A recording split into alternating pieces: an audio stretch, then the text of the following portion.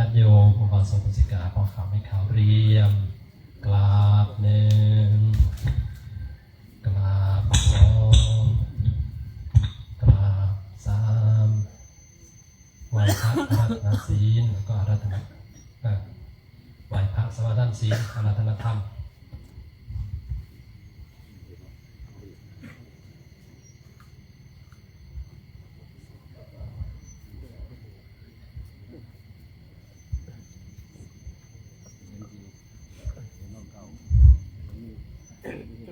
อะระหังสัมมาสัมพุทโธภะคะวาพุทธังภะคะวันตังอะภิวาเทสวากขาโตภะคะวะตาธัมโมธัมมังนามัสสามิสุปฏิปันโนภะคะวะโตสาวกสังโฆสังฆังนามามินะโมตัสสะภะคะวะโตอะระหะโตสัมมาสัมพุทธัสสะนะโมตัสสะภะคะวะโตอะระหะโตสัมมาสัมพุทธัสสะนะโมตัสสะภะคะวะโต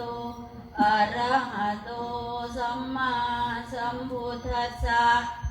พุทธังสรณังคัจฉามิธัมมังสรณังคัจฉามิสังฆังสรณังคัจฉามิทุติยัมปิพุทธังสรณังคัจฉามิทุติยัมปิธัมมังสรณังคัจฉามิ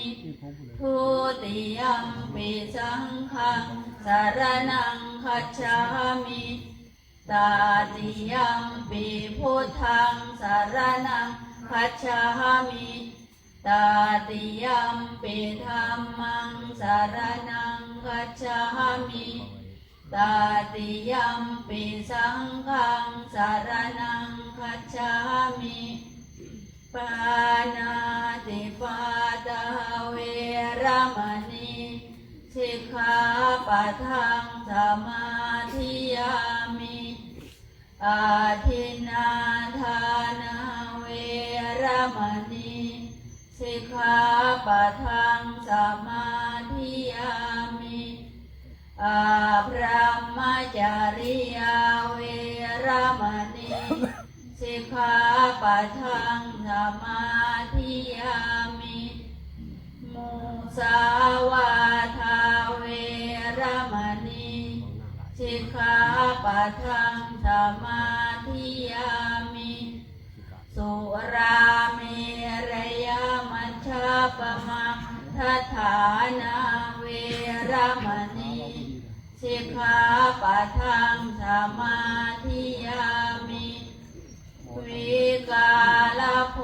ชนะเวรมณีสิกขาปะทังสมาธิยามินาจเขตวะพิตาวิสุกัทธัสสนะมาลาคันธาวิเลปนะธารณะมันดนะวิภูสนัฏฐานาเวรมณีสิกขาปะทังสมาธิยามิอุจจาสยนามหาสยนาเวรมณีสิกขาปะทังสมาธิยามิสาธุอิมานิอัตถสิกขาปทานิสมาธิยามิสาธุอิมานิอัตถสิกขาปทานิสมาธิยามิทุติยัมปิอิมานิอัตถสิกขาปทานิสมาธิยามิตาติยัมปิอิมานิอัตถสิกขาปทานิสมาธิยามิสีเรนะสุขติยันติสีเรนะโภคสัมปทาสีเรนะนิพติยันติตัสสมาสีรังวิโสทะเย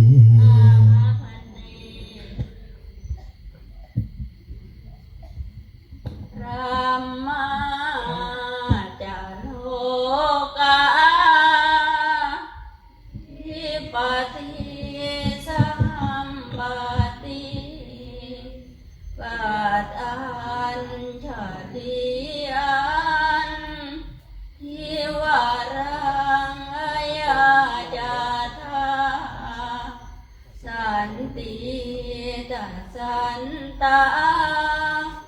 บาราชาชาติกาเอเสตุธรรมังอนุกัมปิมังปัจฉา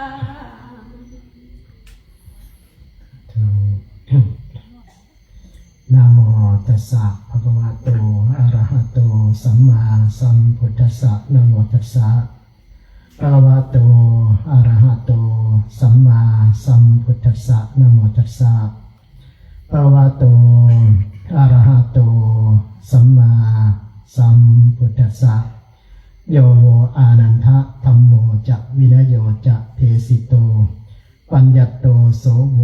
มมัจจะเยนะสัทธาติขอนอบน้อมแด่องค์สมเด็จพระสัมมาสัมพุทธเจ้าผู้อาหารปาเกเรตอเพศภัยประวันด้วยเสียงก้าวขอกราบโอกาสแด่พระเดชพระคุณหลวงพ่อพระครูวินัยทรเอี่ยมอภิชาโตโอเป็นประมุขเป็นประธานผู้ที่เป็นอาจารย์และก็ท่านพระครูวิมลญาณวิสิทธิ์ผู้ที่เป็นเถระเป็นประมุขเป็นประธานในสังฆวัตรแห่งนี้และเราเป็นรักษาการเจ้าหน้าอำเภอหนองหงส์ผู้ที่ดูแลคณะสงฆ์ด้านการปกครอง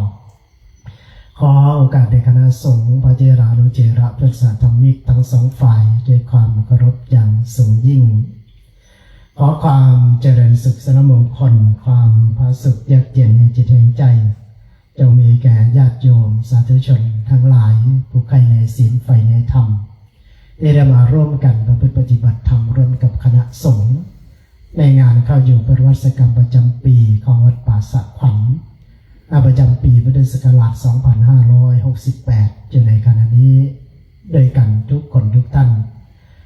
ตอนนี้เวลาตอนนี้ไปก็เป็นเวลาที่เราท่านทั้งหลายจะได้ตอบเติมเสริมเต็มตอบเติมเสริมบุญเพิ่มพูนเสริมปัญญาแก่เราท่านทั้งหลายได้มาศึกษาหลักการและการหลักธรรมทางด้านของพุทธศาสนาร่วมกันก็จะมือลงเสียเพื่อตั้งจิตตั้งใจให้เกิดประโยชน์อันสูงสุดที่จะพึงมีแก่เราท่านทั้งหลายและก็เป็นประโยชน์เพื่อความเป็นไปต่อพระศาสนาของเราด้วยก่อนอื่นเลยก็ต้องขออนุโมทนาแก่ทางด้านของครูบาอาจารย์ที่ได้มาร่วมกันเขาอยู่เป็นวัดศกรรมอยู่ในขณะนี้ทุกรูปเลยทำไมต้องอนุโมทนาด้วยเพราะว่าในยุคสมัยปัจจุบันในยุคที่ประชากรของพระที่ลดน้อยถอยลงไปจนน่าใจหายเท่าที่จำได้ในระหว่าง 2-3 ปีมาพูดอยู่ที่นี่ก็พูดเรื่องนี้อยู่เป็นประจำก็คือพูดเรื่องของประชากรของพระที่ลดลงไปในแต่ละปีถ้าเราจำกันได้ว่าเมื่อย้อนหลังไปตามสถิติเนี่ยไม่กี่10 ปีที่ผ่านมาเราก็ยังพอได้ยินว่าพระมีอยู่300,000 รูปเกือบ300,000 กว่ารูปอยู่แต่พอปี2 ปีให้หลังมาเนี่ยเราก็ได้เห็นสถิติของพระลดน้อยถอยลงไปอย่างน่าใจหายจนบางครั้งต้องเอาตัวเลขของวัดเนี่ยแล้วก็มาคำนวณกับจำนวนพระที่มรณภาพก็ปีนี้หายไปกับ10,000 กว่ารูปปี2 ปีก่อนยังประมาณ 5,000-6,000 ในจำนวน 40,000 วัด 30,000 กว่าวัดรวมทั้งที่พักสงฆ์สำนักกระทรวงศูนย์ปฏิบัติธรรมต่างๆเนี่ยเอาจำนวนวัดมาทั้งธรรมยุทธ์และก็มหานิกายตรงนี้แหละอันนี้จริงก็เรียกรวมๆว่าเถรวาทด้วยกันนี่แหละเอามานับตัววัดดูแล้วก็ถ้าบวกลบคูณหารว่าพระมรณภาพไปวัดไหนมีพระมรณภาพไปบ้างในจำนวน 30,000 กว่าวัดรวมทั้งที่พักสงฆ์สำนักปฏิบัติธรรมประมาณ 40,000 กว่าแห่งพระมรณภาพไปหายไป10,000 กว่ารูปไม่ใช่ธรรมดาส่วนที่หายไปจากเขตอื่นๆก็ไม่นับก็แล้วกันและก็ไม่อยากจะพูดถึงก็รู้กันอยู่แล้วแต่พระก็ชอบเอามาพูดเลยเกิดในเรื่องที่รู้กันอยู่แล้วมันเป็นข่าวทั่วไปอย่างนั้น แต่ที่มรณภาพเนี่ยโยมก็ไม่รู้บางวัดแต่เราไปตรวจสอบดูแต่ละวัดบางวัดก็มรณภาพ2 รูปในพรรษาบางรูปก็1 รูปแต่ในตลอดทั้งปีเนี่ยหายไป10,000 กว่ารูปปรากฏว่าพระเหลือ 240,000 ปีที่แล้วนี่207,000นะครับสถิติหลังออกพรรษาแต่นี้ก็ยังไม่ได้ตรวจสอบดีนะเพราะเว็บไซต์กลางของสำนักงานพุทธเขาก็ให้ตัวเลขเก่าๆมาก็ไม่ได้อัปเดตอะไรเลยใช้ภาษาสมัยใหม่กันนะทั้งที่สำรวจในพรรษาเนี่ยเขาสำรวจ3 รอบไม่รู้ว่าจังหวัดอื่นอำเภออื่นเป็นเหมือนรัตนบุรีหรือเปล่าก็เลยได้สอบถามไปทางด้านของส่วนกลางว่าทำไมสำรวจสถิติพระบ่อยจังมันเป็นนโยบายจังหวัดหรือเป็นนโยบายส่วนกลางเขาบอกนโยบายส่วนกลางครับอาจารย์ถามที่นู่นเลยนะสำนักงานเจ้าหน้าที่สำนักงานพุทธชาติแล้วเขาบอกเป็นนโยบายส่วนกลางทำไมถึงสำรวจหลายรอบล่ะเขาบอกว่าพระหายไปเยอะ เอาละทีเนี้ยขนาดเจ้าหน้าที่สำนักงานพุทธยังสงสัยจำนวนพระเลยโยมคิดบ้างไหมเนี่ยถ้าเกิดว่าที่เขาบอกว่าเรามาขึ้นข้องกึ่งพุทธันดรมันจะไปถึง 5,000 ปีไหมถ้าเกิดว่าหายปีละ10,000 รูป10,000 รูปเอา10,000มาลบ240,000ดูสิโยมจะเหลือได้อยู่อีกกี่ปี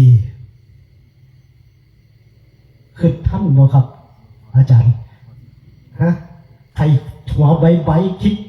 ขัดเก่งคณิตศาสตร์เลยฮะไม่ถึง20 ปีเห็นไหมหลวงพ่อว่าถ้าเกิดว่าหายปีละ10,000แต่เอาไว้ผมจะกลุ่มเลยนะถ้าพอถึง20 ปีผมมาถึงอายุ70เลยครับว่าตายก่อนอายุ70นี่ก็แย่เลยก็จะเหลือพวกที่อายุยังน้อยอยู่นะพวกที่อายุยังน้อยพอจะมีอายุถึง80 70 80อยู่เนี่ยก็จะเลย20 ปีไปแต่ว่าถ้าจำนวนของพระนะถ้าสมัครใจกันตายภายใน20 ปี มันก็ไม่ถึงนะถ้าเอาจำนวนพระหายไปปีละ10,000เนี่ยน่าใจหายเหมือนกันนี่จะเป็นเรื่องน่าอนุโมทนาแต่บางเรื่องมันก็กลับกันทีเนี้ยที่เขาบอกว่ากลับกันเหมือนงานปฏิวัติกรรมของเรานี่ก็เหมือนกันที่ว่ากลับกันก็คือในระหว่างที่จำนวนพระลดลงจำนวนวัดเพิ่มขึ้นในขณะที่จำนวนวัดที่เพิ่มขึ้นวัดใหม่มีพระอยู่วัดเก่าล้างไปก็ยังหาปัจจัยและก็สาเหตุยังไม่เจอแต่ว่าเจอแล้วเนี่ยมันก็ไม่ใช่100%เลยทีเดียวบางครั้งบางทีก็บอกว่าเนี่ยวัดนั้นเนี่ยทางด้านของโยมเป็นใหญ่มากเกินไปพระไปจำพรรษาอยู่ไม่ได้เลยแต่ว่าเท่าที่ถามดูสถิติแล้วก็คือว่าพระตายหมดวัด ก็ว่าตายหมดวัดก็เป็นสมัครตายพร้อมกันนะโยมไม่ใช่สมัครใจมรณภาพพร้อมกันหมดแต่ว่าท่านมีรูปเดียวเนี่ยท่านมรณภาพไปก็ไม่มีใครเป็นเจ้าอาวาสต่อนะถึงแม้จะอยู่หลายรูปในปัจจุบันเนี่ยผมนี่ก็พยายามที่จะบอกรูปนั้นมาอยู่รูปนี้อุตส่าห์ว่ามรดกตกทอดนี่ไม่ใช่น้อยๆนะรถก็ตั้ง3-4 คันแต่ว่าแต่ละท่านที่ขออภัยครับ เสียจริยาหน่อยไม่ใช่อะไรหรอกคือพอมันพูดถึงความคิดมันไปก่อนแล้วความขำมันก็เลยตามมาขำเจ้าวาดวัดศรีสง่านิมนต์ไปเทศน์เพิ่นก็บ่ไปติดงานคณะสงฆ์เพิ่นว่าก็เลยในสมนำหนาเพิ่นนั่ง Facebook เพิ่นสิไปประชุมรถเพิ่นเสียมันก็เป็นตาเสียเอาโพดหรือมันห่างโพดนะมันหน้าตาเจ้าของก็คือหล่อแต่ว่าเดินหน้าตารถแล้วขี่ไปนั่งเข็นไปนั่งกระทักว่ะก็รถผมก็ประมาณนั้นแหละครับที่ว่า5 คันเนี่ยมันก็เข็นขับไปด้วยเข็นไปด้วยไม่รู้ว่าวันไหนมันจะสตาร์ทไม่ติดเหมือนรถเจ้าวัดวัดศรีสง่าไปด้วยนะ ว่ามรดกตกทอดที่มีเยอะนะเดี๋ยวมาอยู่เอาเลย อยากจะได้อะไรก็มีเลยนะมีหมดกุฏิจะอยู่ดีขนาดไหนติดแอร์ให้พร้อมเรียบร้อยตอนนั้นก็ยังไม่มีนะครับแล้วทีนี้ไปดูที่วัดทีเนี้ยว่ารูปเจ้าวาดรูปต่อไปนี่จะเป็นใครผมนี่ก็อายุก็50แล้ว51แล้วย่าง51แล้วทีนี้ไปดูพระลูกวัดอายุพรรษานั่นก่อนประมาณ6 พรรษา7 พรรษาแต่อายุนั้น88แล้ว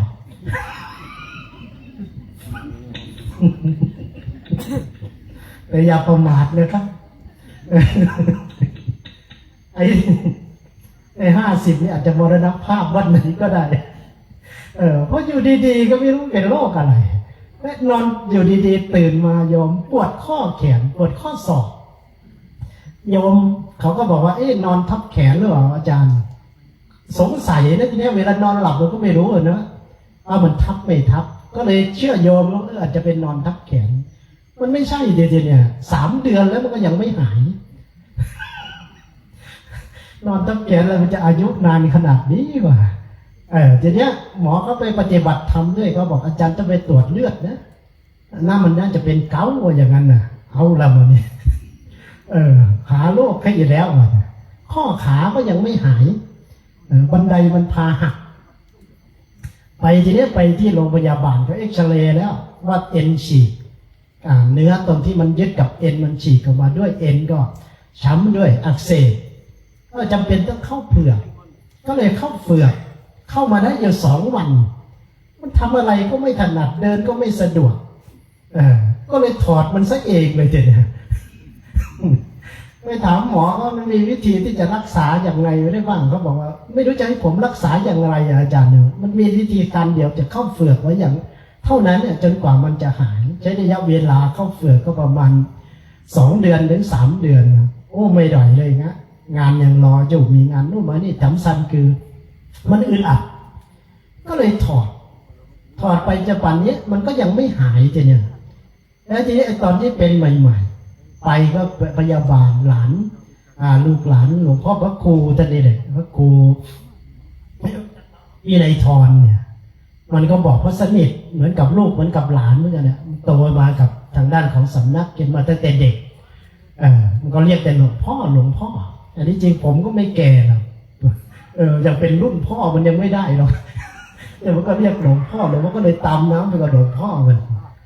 มันก็ดูไปดูแลบอกว่าหลวงพ่อนี่ต้องลดน้ำหนักเลยเนี่ยไม่ทำให้บันไดเขาดีๆหักเลยก็เลยว่าขออภัยนะครับแล้วก็ขออภัยโยมด้วยจะไม่เป็นสัมมณวาจาเพราะพูดในฐานะที่มันเรียกหลวงพ่อก็บอกกู้สิไม่ลดจังไหนจะกู้สิได้นำหนักมา70 ไป 85เลยมึงโยมอุปถาเขาสิเหมือนเงินไปเท่าใดเราเลี้ยงกูมาเลยไปดูมาซื้อกับข้าวมาถวายแต่ละวันเดียวกว่าเขาจะเลี้ยงให้อาบน้ำหนักอายุ85ได้เนี่ยต้องใช้ระยะเวลาหมดไปกับเงินไปเท่าไหร่ค่าพัฒนาเนี่ยเขาก็เลยพากันหัวเราะเป็นดังนั้นเนี่ยเราก็ไปคิดเดี๋ยวว่ารุ่นต่อไปเนี่ยใครจะมาสืบทอดในอายุต่อไปถ้าไปมองดูไปหวังพึ่งลูกหลานของโยมก็ไม่ได้แล้วขนาดโยมก็ยังหวังพึ่งลูกไม่ได้เลยเนาะจะพระไปหวังพึ่งลูกโยมเนี่ยปัจจุบันเขาก็มีลูกน้อยลงบางคนก็มีแค่คนเดียวไอ้คนเดียวนั้นก็เป็นผู้หญิงอีกต่างหากทีเนี่ยสิมาบวชเป็นเจ้าอาวาสในจังใดบุญหนักไปกว่านั้นถ้าเป็นผู้ชายอย่าว่าจะให้มันมาบวชเลยจะเนี่ยไปขอเขามาบวชเขาก็ไม่ให้หรอกต่อให้มันติดใบกระท่อมเมายาบ้าอยู่กับซามนะเอามันไม่ดีแล้วเพราะได้รับสืบทอดมรดกตัวเนาะเอาไปถวายพระให้บวชมันก็จะไม่รู้จะอยู่รอดหรือเปล่าเพราะไอ้รูปหนึ่งมาบวชในพรรษาขนาดมันกินยาเบอร์26เลยนะเข้าใจว่ากินยาเบอร์26ไหมครับญาติทิตเวชนะมันไม่ได้มีขนาดเพราะถ้าเป็น26นี่คือระยะแบบเอาจะไม่อยู่เลยนะโยมเนอะมันก็มีตั้งแต่เบอร์10 15 20 20 26อย่างเงี้ยไอ้นี่มันกินยาเบอร์26แล้วขนาด26แล้ว มันก็ยังไม่อยู่เลย บอกอยู่ด้วยกันเป็นยังละมันจะพออยู่เด้อผมเป็นผีบ้าเลยว่ะ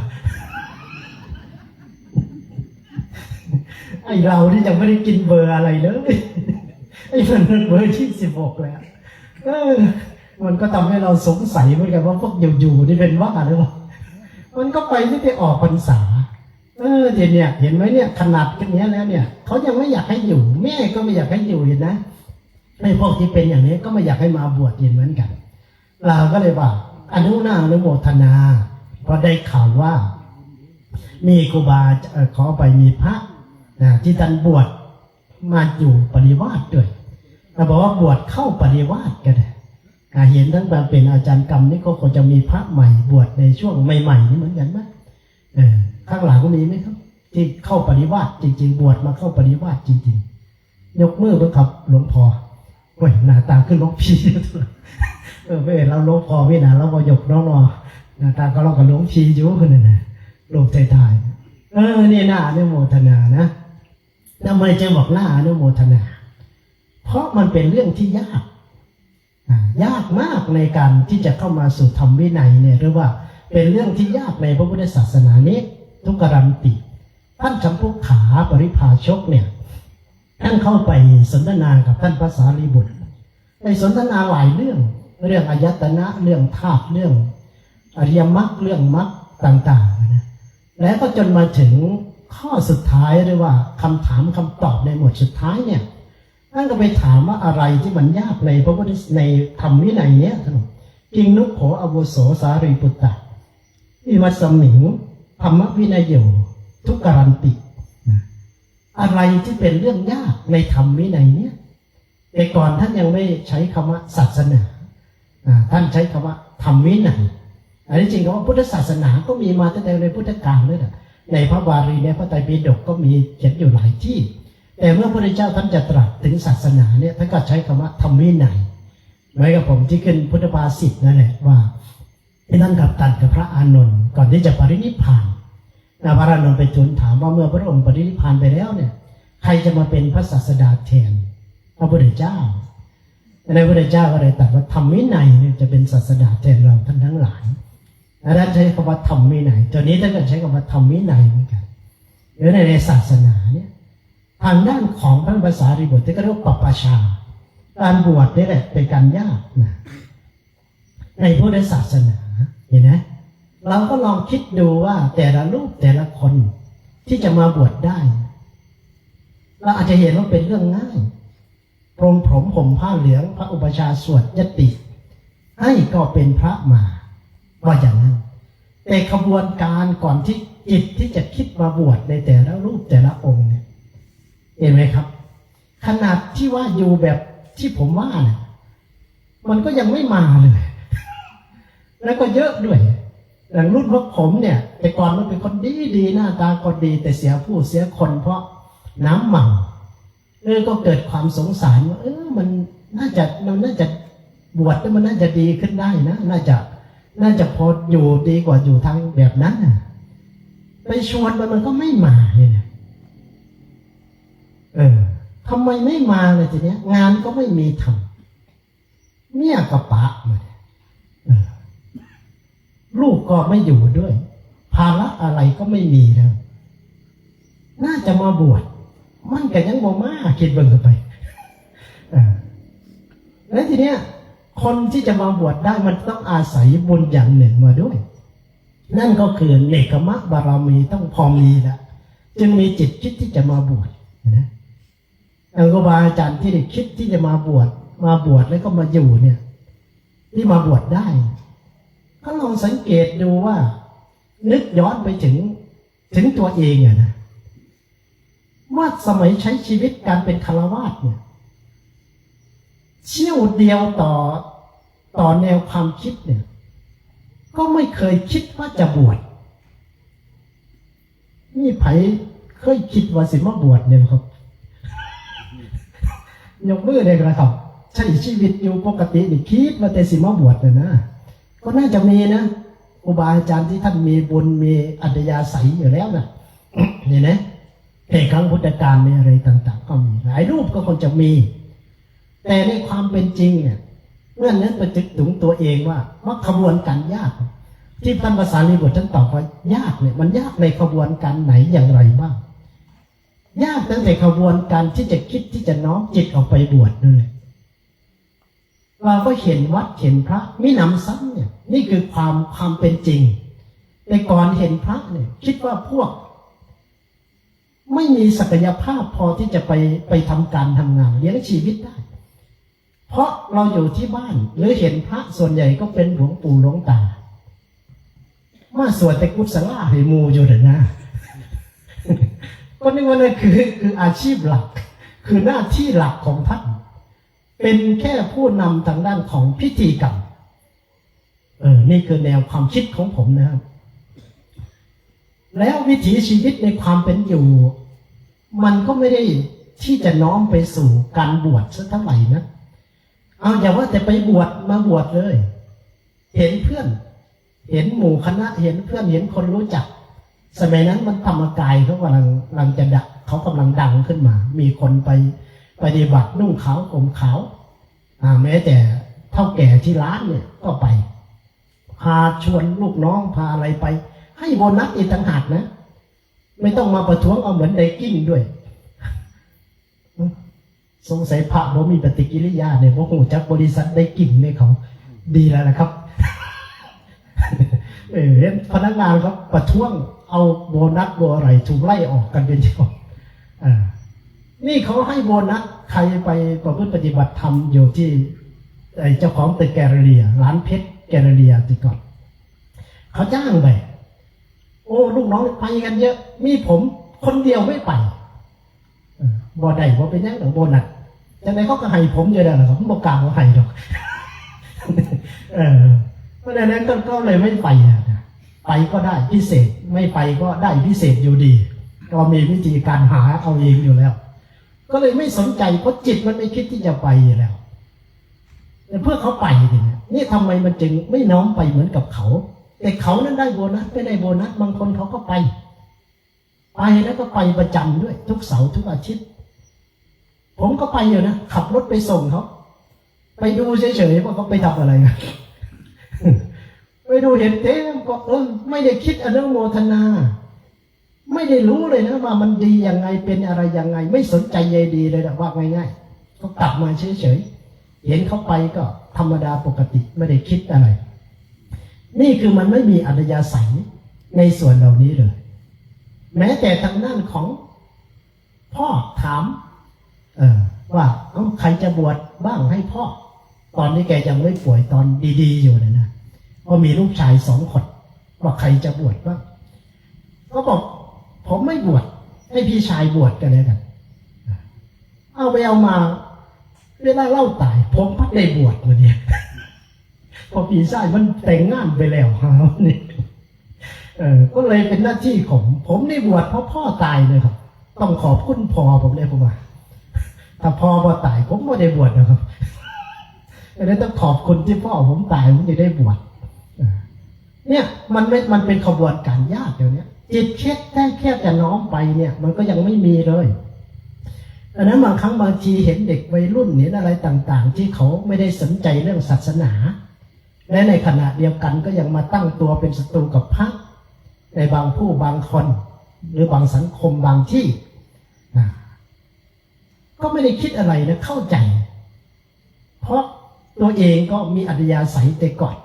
มันมีแนวโน้มว่าจะเป็นอย่างนั้นเหมือนกันมันไม่ได้รู้เรื่องศาสนาไม่ได้รู้เรื่องคำสอนของพระพุทธเจ้านี่เป็นเรื่องที่สำคัญเลยเอาละตัวที่น่าอนุโมทนาอย่างที่บอกตัวนี้เนี่ยยังไม่ถ้าโยมคิดหรือว่าเราคิดง่ายๆว่าเราหลุดมาได้เนี่ยในขบวนการที่มันยากกว่าที่เราจะได้มาบวชและมันเป็นอย่างนั้นจริงๆนะครับผมเนี่ยเวลามันบวชเนรไปแล้วบวชเนรก็อยู่ได้ตั้งเกือบปีแล้วที่ถึงเวลาบวชพระไอ้คำสัญญาก่อนพ่อเสียเนี่ยคือบวชพระไอ้บวชเนรนี่เขาไม่นับแล้วผมหนีไปอยู่นู่นแล้วหนีไปอยู่ออกไปอยู่เชียงใหม่แล้ว พี่เขาไปตามว่าแม่ให้มาตามไปบวชมันเลยอายุครบบวชมาปี2 ปีแล้วอายุ23 ปีแล้วกลับไปบวชให้พ่อได้แล้วจะทำบุญอุทิศให้พ่อ เขาจะทำบุญอุทิศให้พ่อเขาเลยอยากจะบวชให้มันเสร็จไปเขาไปตามผมมาคิดแล้วคิดอีกสิไปดีเพราะไปดีวะกบวชเล่นกบวชจูโลกกบวชแล้วมันขนาดมาต่อรองไอ้สมัยนั้นเนี่ยเขายังไม่มีบวช7 วัน15 วันบวชระยะสั้นเนี่ยยังไม่มีเขาอยากจะให้บวชอย่างน้อยๆก็บวชไปแล้วก็อยู่สักพรรษายากเลยทีเนี่ยหรือไม่ก็เดือน2 เดือนให้มันพอคือหน่อยนะไอ้7 วัน15 วันเนี่ยแม่ก็ไม่อยากให้บวชอยากให้บวชอย่างนั้นก็2 เดือน3 เดือนอย่างดีหรือดีเลยก็อยู่ให้ไปถึงนู่นแหละช่วงฤดูเข้าพรรษาก็อย่างนั้นเพราะงานนี่เป็นงานอิสระอยู่แล้วเป็นงานส่วนตัวอยู่แล้วเขาก็รู้ว่ามันไม่ได้มีภาระเรื่องคำว่าภาระเนี่ยมันมีแต่มันอยู่ที่ไหนมันก็บริหารจัดการได้อยู่เรื่องงานเขาก็เลยบังคับอย่างนั้นก็เลยคิดหนักเลยทีเนี้ย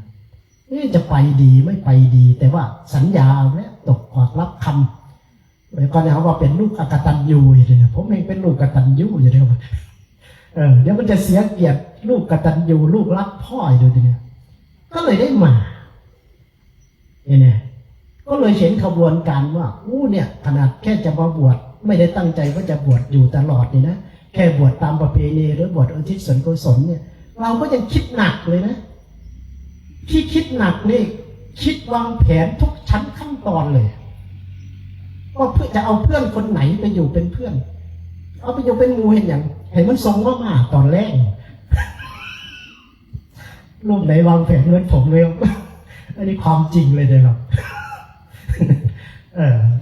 อ้างแผนเลยไอ้เรื่องงานอย่างอื่นไม่เท่าไหร่หรอกแต่เอาเรื่องงานที่เป็นงานอดิเรกงานรับจ็อบงานร้านอาหารงานเล่นดนตรีเนี่ยตัวนี้เนี่ยไม่มีใครแทนโอแมนผมมีใครแทนหรอกแต่มันยังหมักเรื่องนั้นอยู่เลยนะหายไป2 เดือน3 เดือนเนี่ยจะเป็นยังไงห่วงวงด้วยพวกเราเองเนี่ยก็เลยห่วงหมู่ห่วงคณะห่วงเพื่อนนักก็ยิ่งกว่านั้นมันนี่คิดว่าห่วงไผ่หลายที่สุดครับผมมีเนี่ยหรอกแต่ผมมีผู้สาวเยอะมาแต่ว่ากี่หลายกันเด็ดย่านเขาแต่งงานล่อคือลมพออยู่แถวนี้วะ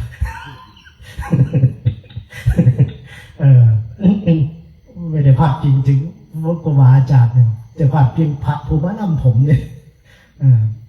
เพราะฉะนั้นนี่ก็เลยคิดหลายเรื่องหลายอย่างเกือบจะตัดสินใจว่าจะไม่มาเลยนะจะไม่บวชเลยแต่มันก็ไหนๆก็ไหนอาจจะอยู่เดือน1-2 เดือนก็เคยอยู่มาแล้วเคยอยู่กับปีจะไม่เป็นเนรก็เคยอยู่มาแล้วแต่เป็นเนรเนี่ยอายุมันยังน้อย17 18 19เนี่ยมันยังเล่นสนุกไปอยู่ไอ้แต่ละงานก็เยอะแล้วนะแต่ว่ามันยังได้มาอยู่สบายมันก็เลยอยู่ได้นานเอาล่ะทีเนี้ยทางด้านของขบวนการยากแค่เรื่องแค่นี้เนี่ยมันก็ยังยากนะเราคิดดูว่ากว่าที่จะหลุดออกมาได้ทีเนี้ยทุกรูปทุกองค์แล้วก็ไปเทียบเคียงกับคนที่น่าจะมาบวชนะโยมคิดว่าอย่างตกงานอกหักหลักลอยที่ว่านี่ไม่ใช่มีเฉพาะพวกเรามันเยอะอยู่เลยนะขณะไปชวนเนี่ยไม่ธรรมกายเขาไปชวนเนี่ยไปชวนในวงเล่าไปชวนนู่นชวนนี่มาบวชขนาดลงทุนจ้างลงทุนชวนขนาดนั้นนะก็ยังได้มาแค่200 300 1,000เนี่ยในขนาดเดินกันแทบทุกหมู่บ้านนะเดินไปชวนมาบวชนะก็ยังได้ขนาดนั้นและคนที่น่าจะมาบวชนั้นก็เยอะกว่านี้เห็นไหมที่พอจะบวชได้ก็ยังไม่มาบวชอย่างบางคนก็ยังไม่มีภาระอะไรล่ะครอบครัวก็ไม่มีอะไรก็ไม่มีเนี่ยอยู่เฉยๆอยู่อย่างนั้นน่ะน่าจะมาบวชเขายังไม่บวชเลยเรียนบ่โยมนี่คือกระบวนการยากไปกว่านั้นเลยท่านอาจารย์คือการบวชเนี่ยเมื่อมันบวชเข้ามาแล้วเนี่ยบวชได้แล้วยากยิ่งกว่าการบวชเลยก็คือความพอใจทีเนี้ย เมื่อเข้ามาบวชแล้วมีฉันทะมีความพอใจในความเป็นอยู่แบบสมณะเนี่ยตัวนี้เนี่ยเป็นขันยกระดับกันยากขึ้นมาอีกในความพอใจในการอยู่ความพึงพอใจในการประพฤติปฏิบัติเราก็จะเห็นว่าพวกที่เข้ามาบวชบางรูปบางองค์เมื่อมีขบวนการยากนั้นมาแล้วอันฉันทะในความพึงพอใจในการเป็นอยู่มันไม่ได้อยู่ง่ายนะโยมนะบางคนก็ท่านก็พอจะมาจับผิดตำหนิพระแม้แต่กวาดใบไม้เขาไปวิพากษ์วิจารณ์กันเมื่ออาทิตย์2 อาทิตย์ที่ผ่านมาเขาก็เริ่มวิจารณ์มาแต่นู่นเลยทุกยุคทุกสมัยเวลาน้ำท่วมเวลาที่มีพระออกไปช่วยโยมเวลาเกิดภัยพิบัติอย่างน้ำท่วมน้ำอะไรต่างๆเราบอกไม่กิจใจกิจของสงฆ์เอามาใหม่ๆนี่มันกระทั่งไปกวาดใบไม้ไปทำใบไม้ผ้าของเขียวทำให้ใบไม้มันขดดินอะไรต่างๆเนี่ยเขาเห็นพระทำงานถ่ายรูปออกเฟซบุ๊กไปจริงๆพระก็ไม่น่าจะไปอวดหรอกนะครับเวลาทำกิจอะไรต่างๆเนี่ยก็ไม่ต้องอยากให้โยมเขาเห็นว่าห้องมันหรอกครับนะเพราะไอ้ข้อมันของเขาบางอย่างเนี่ยมันก็พอถึงวินัยคือกันนี่คือเขาว่าเนี่ยบางเรื่องเราต้องแลกเอามันผิดจริงๆอ่ะอันนี้เราก็ต้องยอมรับแต่มันก็ต้องแลกกันจริงเนี่ยทำไมต้องแลกเพราะโยมก็ไม่มาทำให้นะถ้าโยมไม่อยากให้พระไปติดอาบัติผ้าของเขียวปลาจิตเตียอะไรต่างๆโยมที่ว่าน่ะกระจ้างคนมาเฮ็ดไห่ทีละเนาะนี่ก็นั่งวาซื่อๆแหมทาแต่สิวาอย่างเดียวท่านก่อนมีคุณอุปการต่อพระศาสนาอยู่นะครับแต่ว่าท่านก็จะเอียงไปเยอะมากพอสมควรแต่ที่ว่าน่ะวิจารณ์มามันก็ถูกนั่นแหละแต่บางเรื่องมันก็พระก็ไม่รู้จะทำอย่างไรถ้าเกิดว่าปล่อยให้มันลกอยู่เนี่ยย่อมก็สิมันจมเลยอยู่รับหูรับตาอยู่เนี่ยไม่ฮักใส่ข้างกับบัตัดกันสิวะอีแล้วก็ไม่รู้จะเอาอย่างไรในตัวเนี้ยเอาละส่วนตัวที่ว่าฉันทะในความเป็นอยู่มันอยู่ยากพอสมควรอย่างบางอย่างเนี่ยผมรู้สึกว่าเราเนี่ยน่าจะกลับไปอยู่ในพื้นฐานรูปแบบเดิมในใช้วิถีชีวิตแบบสมณะจริงๆเพราะไปอยู่ในสังคมบางครั้งบางทีนะที่ผมไปยืนมองอยู่หน้าฟอร์จูนรุ่นรัชดาเนี่ยครับพอดีไปซื้อของที่ห้างก็บ่ได้ไปเจอเพราะว่าเขาข้างหลังอยู่ร้านเขาก็อยู่ติดกับประตูทางเข้าพอดีก็เลยเป็นนั่งดูวิถีชีวิตของคนเมืองคนกรุงดูวิถีชีวิตของโยมเขาดูปรากฏว่าเมื่อมาเทียบกับเราทีเนี้ยคือลองไปยืนอยู่ตรงทางขึ้นรถไฟใต้ดินนี่วิถีชีวิตมันดูแตกต่างคนละโลกเลยเมืองสุดกับบ่ขึ้นเขาเลยเมืองการไปกันมากเฉยๆโยมเขาอยากนั่นผมก็บ่ตั้งใจว่าสิไปเขาอยากนั่นหรอกสิย่างลงไปเบิ่งว่ามันจะเลื่อนไปทอใดแค่นั้นเองนะว่ามันเป็นอย่างไรมันเหมือนกับประเทศอื่นๆเขาไหมทางรถไฟชั้นใต้ดินสถานีใต้ดินก็อยากจะไปดูของไทยบ้างแล้วมันก็อยู่ใกล้บ้านแล้วก็แถวนั้นก็เคยเดินอยู่บ่อยก็เลยลองเดินเข้าไปดูปัญหาของมันจริงเนี่ยมันโยมเขาแตกออกครับเขายันยางส้นผักเลยนะเขายันยางส้นผักก็เลยหลบหลีกเห็นเขาเป็นสัตว์ประหลาดไปเลยเลิกมาเลยเนี่ยเราเป็นสัตว์ประหลาดไปเลยเป็นคนแปลกเป็นประเภทที่แปลกแตกแยกไปเลยทีเนี้ยก็เลยบอกมีหน้าท่านบอกว่าบางที่บางแห่งเนี่ยมันเป็นอโคจรไม่ควรที่จะไปอะไรต่างๆเนี่ยแม้แต่ในชุมชนในอะไรเขตละแวกอย่างนั้นก็ถือว่าจัดว่าในเขตพุ่นพ่านของ ชุมชนของคนเพ่นพ่านไม่น่าที่จะไปอัดเบียดเสียดแต่ผมก็อัศจรรย์พระที่เขาอยู่ในเมืองในกรุงเทพเนี่ยอะไรต้องขึ้นรถเมล์ต้องขึ้นรถไฟไปเรียนหนังสือไปอะไรไปกิจนิมนต์ไปเรียนไปธุระเขาไปได้เขาใช้วิถีชีวิตอย่างนั้นได้แต่เราไปแค่จะไปลองทดสอบในการใช้ชีวิตปกติดูเนี่ยมันก็เป็นเรื่องยากเป็นเรื่องลำบากอยู่พอสมควรอะไรที่ว่ามีความฉันทะมีความพอใจมันไม่ใช่เฉพาะเรื่องวิถีชีวิตความเป็นอยู่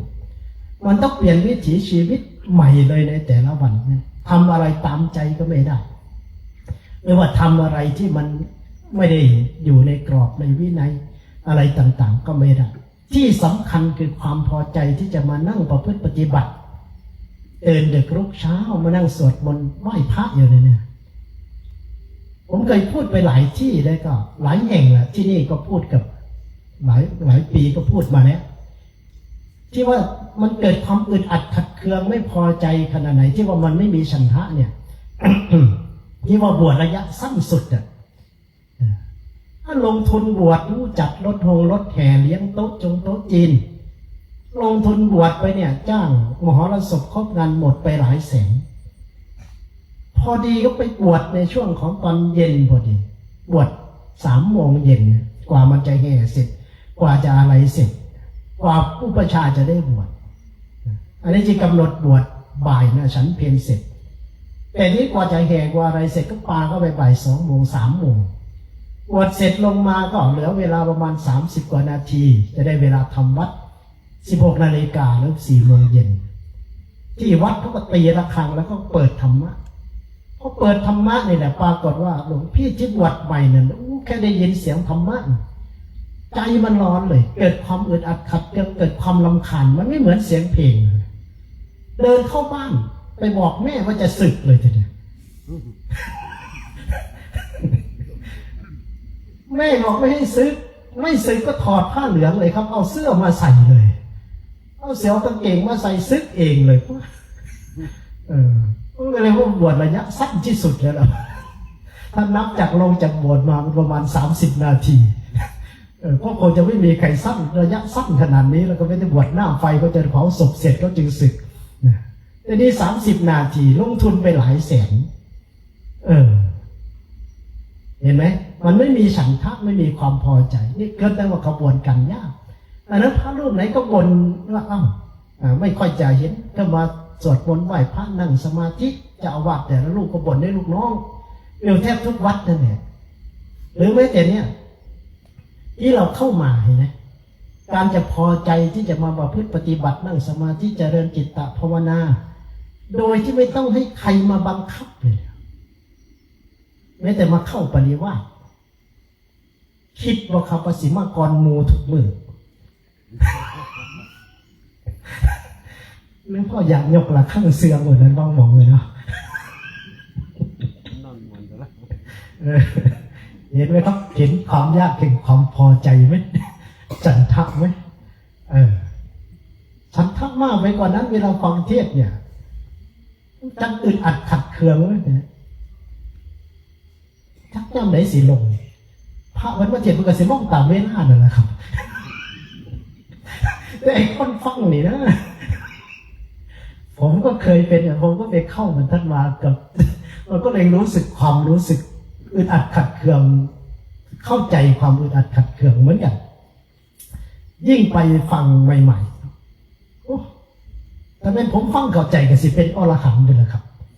คนไล่ตั้งแต่ย่าน1ถึงย่าน16เลยปรมัตถธรรมล้วนๆเลย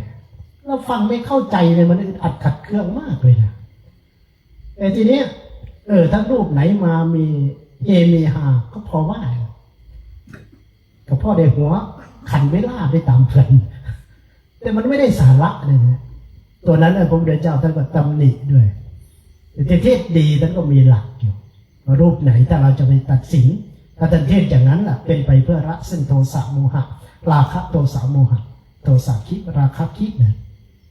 เป็นตรงถูกต้องตามธรรมที่ควรจะแสดงแต่ถ้าเป็นเทศการตลาดก็อีกเรื่องหนึ่งนะ อันนี้เราก็จะเห็นเลยว่าไอ้ฉันทะเนี่ยอย่าว่าแต่พระเลย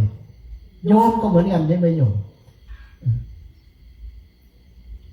มันบ่ปวดดอกแต่อยากสิไปห้องน้ำเลยเนาะ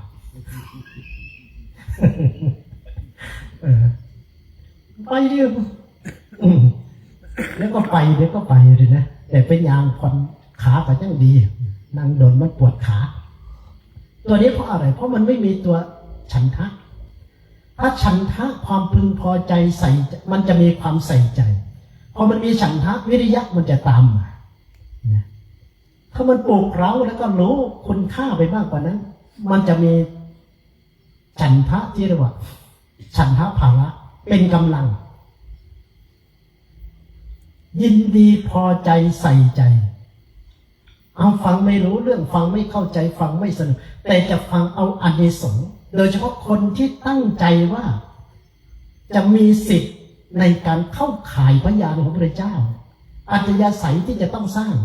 คือต้องสร้างอัตยาศัยในการฟังธรรมเนี่ยให้มากเพราะคนที่จะมีสิทธิ์เข้าข่ายพระเจ้าเวลาพระเจ้าที่จะไปโปรดใครเนี่ยที่เข้ามาในข่ายพระพุทธเจ้าจะไม่เสด็จไปอย่างเสียเปล่าอย่างน้อยๆต้องโสดาบันหรือไม่ต้องพร้อมที่จะได้อริยมรรคอริยผลในระหว่างครั้งที่สองอย่างลูกสาวของนายช่างผูกอย่างเนี้ยพระพุทธเจ้าไปโปรดครั้งหนึ่งแล้วพอครั้งสองเนี่ยไปก็ได้บรรลุโสดาบันเลยเนี่ยลักษณะอย่างเนี้ยเห็นไหมลูกสาวของนายช่างผูกเนี่ยพอว่าพระพุทธเจ้าจะเสด็จมาจะได้ฟังธรรมเนี่ยรีบเลยกุริกุจรในการทำงานพอได้ให้พ่อที่จะให้มันเสร็จทั้งวันทั้งคืนก็จะทำให้มันเสร็จเพื่อจิตจดจ่อที่จะไปฟังธรรมโยมเป็นจังสั่งบ่ล่ะเขาหาโยมเลยเดี๋ยวมันเนี่ยพอเขาตีระฆังว่าประกาศว่าจะได้ฟังธรรมโยมกุริกุจรมาก่อนหมู่บ่เอามาปุ๊บละนางเขาสมาธิเตรียมจิตที่สิฟังบ่หรือมานั่งลงกระตามหมากก็อยู่ใส่เลยขนาดพระสิเทศยังก็ยังตำหมากกันเนี่ยมันสิไปเข่าคายมันได้จังไดเนาะอัตยาศัยไม่น้อมไปตัวนี้นะแต่ถ้าเราเห็นได้เห็นได้รู้ผลได้อานิสงส์มันว่าถ้าเราสร้างอัตยาศัยอย่างเนี้ยจะเป็นเหตุเป็นปัจจัยเมื่อเกิดธรรมพระพุทธเจ้าองค์ใดองค์หนึ่งเราจะมีสิทธิ์แม้แต่เวลาฟังธรรมเราก็จะได้อัตยาศัยในการฟังนั้นได้บุญจากการฟังนั้นนี่คือวิริยะมันก็จะตามมาทีนี้เมื่อมันมีฉันทะเจตนาว่าฉันทะมูรตาฉันทะเป็นรากความพึงพอใจไม่เป็นรากอย่างเราเข้ามาเนี่ยเราก็ตั้งใจมาเข้ากรรมมาประพฤติปฏิบัติธรรมอยู่แล้วมันไม่จำเป็นบางที่บางแห่งเนี่ยจะต้องให้เจริญไปได้มันไม่จำเป็นเลยใช่ไหมอาจารย์แน่นบ่ครับเวลาทำวัดสวดมนต์เนี่ยมันเป็นหน้าที่เป็นกิจของเราไอ้ยานะไว้ที่หลังกันได้ดอกตัวนี้ผมก็บ่เคยติดเนาะก็เลยบ่หัวมันทดทุกข์ทรมานขนาดไหนแต่ก็เห็นลูกน้องอยู่กระทนได้เยอะนะเวลาไปเดินอย่างเนี้ยมีรูปหนึ่งไปเดินอย่างพระครูอาจารย์จรัญอยู่วัดก็สูบแต่เวลาไปยางผัดก็สูบได้มาเนี่ยกลับมากับสูบคือเก่ามาเนี่ยพวกอะไรเวลาคุณไปยางคุณคือว่าสูบมันจะทำมันคุณอยู่วัดคุณคือสูบแท้ที่อยู่วัดนี่ยาสีสูบมันจะไปผมก็เม้นย่าเป็นคือกันได้สนุก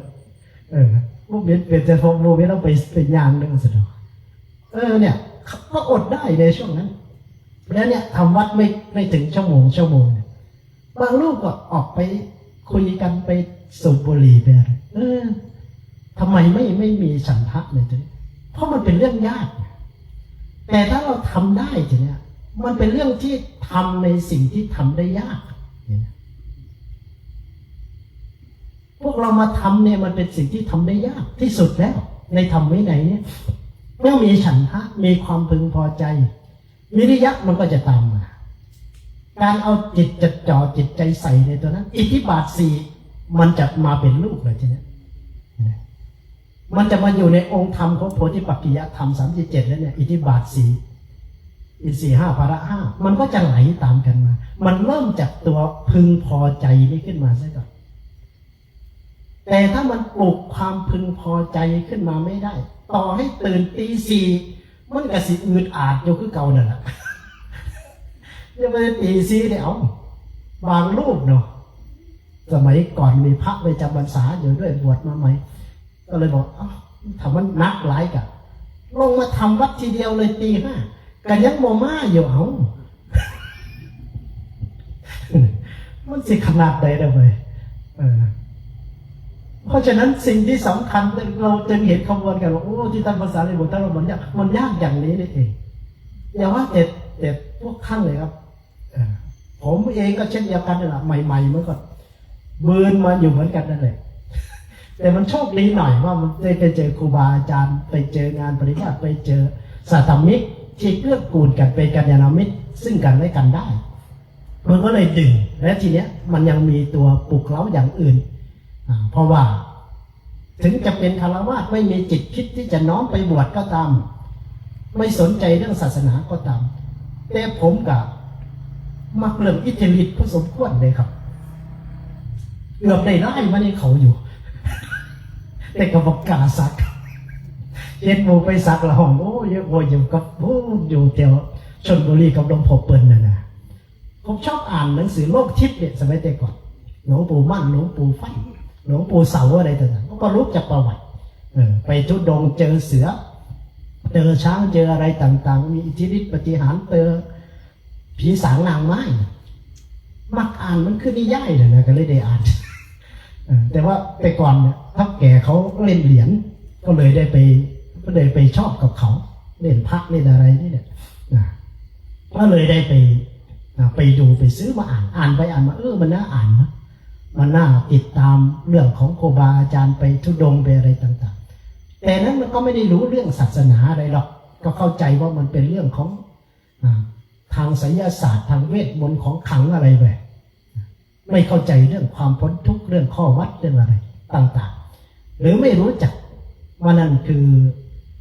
ทางด้านของคำสอนของพระพุทธเจ้าหรือไม่ใช่คำสอนพระพุทธเจ้าแต่เราก็ชอบอย่างนั้นมันก็เลยเป็นมาอย่างนี้ทีนี้ถ้าเกิดว่าเรามีฉันทะมีความพอใจมันก็จะไหลมาในกลุ่มของตัวที่จะไปเพิ่มเติมเสริมขึ้นมาในองค์ธรรมที่จะเป็นไปเอานี่เห็นขบวนการแห่งฉันทะพอเข้ามาบวชเนี่ยเราได้มีพื้นฐานนะก็เลยอยากจะลองดูว่ามันเป็นจริงไหมแค่นั้นแหละมันไม่ได้ว่าขยันหรอกไอ้เรื่องของการปฏิบัติแต่มันนึกได้บอกโอ้หลวงปู่มั่นนั่งสมาธิแล้วมีอิทธิฤทธิ์อย่างนั้นมีปฏิหารอย่างเนี้ยมีปรคัจจิตอย่างหลวงปู่ชารู้จิตรู้ใจเดาจิตเดาใจคนได้อะไรต่างๆก็อยากจะทดสอบดูว่ามันเป็นไปได้ไหมก็เลยทำไปงั้นเนี่ยก็ยังไม่รู้เข้าใจในหลักธรรมกระบวนการของหลักธรรมอะไรมากเท่าไหร่เอาละทีเนี้ยในกระบวนการยาก 2-3 อย่างที่เราว่ามาเนี่ยจนมาถึงยากตัวสุดท้ายเนี่ยท่านบอกอะไรที่มันยากเมื่อมีความพอใจมีฉันทะเนี่ยนะจะให้เดินป่าบุกป่าฝ่าดงจะให้แบกกดสะพายบาตรให้เดินตากแดดให้นั่งตากแดดให้มันนั่งตอนบ่าย2 ชั่วโมง 3 ชั่วโมงเนี่ยพวกที่ไปเดินได้ก็ดีพวกที่เข้าป่าได้ก็ดีเหล่านี้พวกที่ตื่นดึกรุ่งเช้าได้เลยก็ดีไม่ต้องมีใครบอกไม่ต้องมีครูบาอาจารย์บังคับไม่ต้องให้กฎระเบียบในงานปฏิบัติบังคับอยู่ที่วัดก็ปฏิบัติอย่างเนี้ยได้มีความพึงพอใจที่จะสวดมนต์ทำวัดมีความพึงพอใจที่จะนั่งสมาธิมีความพึงพอใจที่จะทำซึ่งความเพียรที่ว่าเนี่ยแต่ยากไปกว่าเรื่องราวเหล่านี้แหละทีเนี้ยเมื่อมันพอใจแล้วท่านเลยก็คือการปฏิบัติที่ท่านใช้คำว่าธรรมานุธรรมปฏิปติเราจะได้ยินคำนี้ว่าการปฏิบัติธรรมสมควรแก่ธรรมมีในหนึ่งที่ท่านแปลออกมาไอ้คำถามเนี่ยเมื่อท่านถามมาอย่างเนี้ยว่าเนี่ยคือยากที่สุดแล้วในธรรมวินัยเนี่ยคือการปฏิบัติธรรมสมควรแก่ธรรมหรือการปฏิบัติธรรมมานุธรรมปฏิปติเนี่ยท่าน ชัมพุขาบริพาชกท่านก็ถามว่านานไหมใช้ระยะเวลานานไหมถ้าเราปฏิบัติธรรมมาธรรมปฏิปติเนี่ยจะใช้เวลานานไหมจึงจะได้บรรลุธรรมหรือจะได้เป็นพระอรหันต์ท่านภาษาในบทท่านตอบยืนยันไปเลยว่าครับณจิรังอาวุโสเพราะว่าณจิรังอาวุโสก็ไม่นานเลย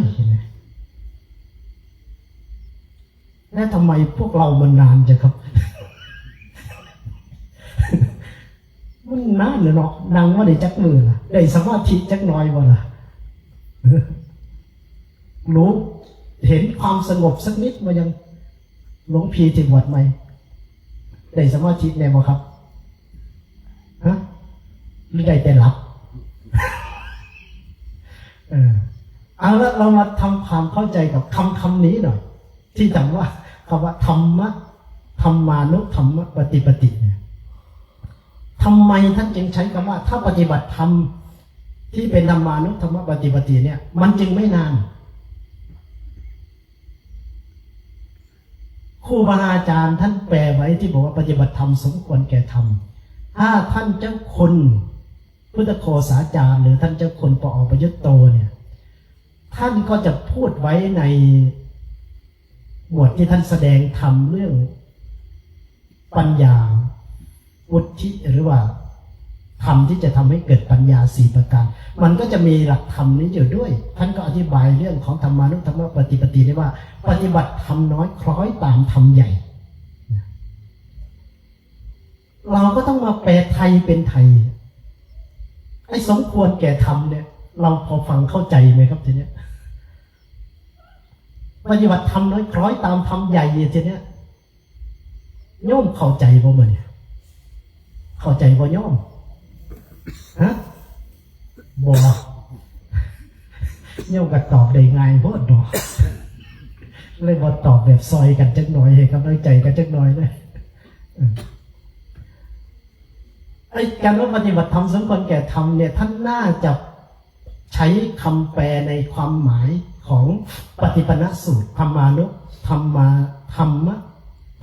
นุธรรมปฏิปนสูตรพระพุทธเจ้าตรัสในเรื่องของการปฏิบัติธรรมสมควรแก่ธรรมเนี่ยว่าปฏิบัติอย่างไรการแปลว่าสมควรเนี่ยน่าจะเอามาจากพระสูตรนี้แต่ทีนี้การแปลว่าธรรมน้อยคล้อยตามธรรมใหญ่เนี่ยก็จะแปลคำว่าอนุตัวเนี้ยแปลว่าสอดคล้องตัวที่จะมาวิเคราะห์มันอยู่ที่ตัวคำว่าอนุตัวนี้ศัพท์ที่เป็นอุปสรรคหรือว่าเป็นตัวที่จะทำกิริยาให้เรารู้ว่าสรุปแล้วเนี่ยไอ้ปฏิบัติธรรมสมควรแก่ธรรมเนี่ยคือปฏิบัติอย่างไร